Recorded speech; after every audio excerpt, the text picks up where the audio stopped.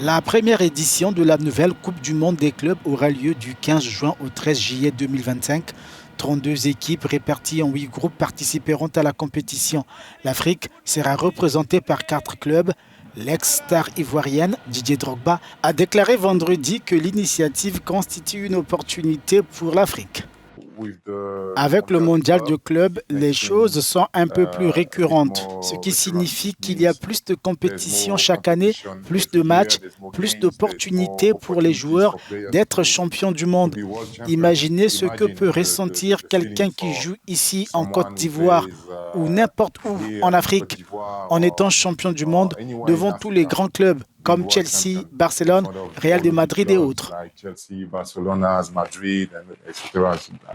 Le tournoi doit désormais se dérouler tous les 4 ans à l'image de la prestigieuse Coupe du monde réservée aux équipes nationales.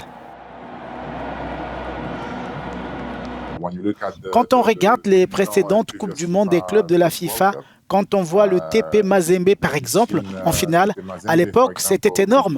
Et pour une équipe comme celle-là en Afrique, gagner la Coupe du monde de clubs de la FIFA ou la Coupe du monde de clubs sera, comme je l'ai dit, un énorme accomplissement.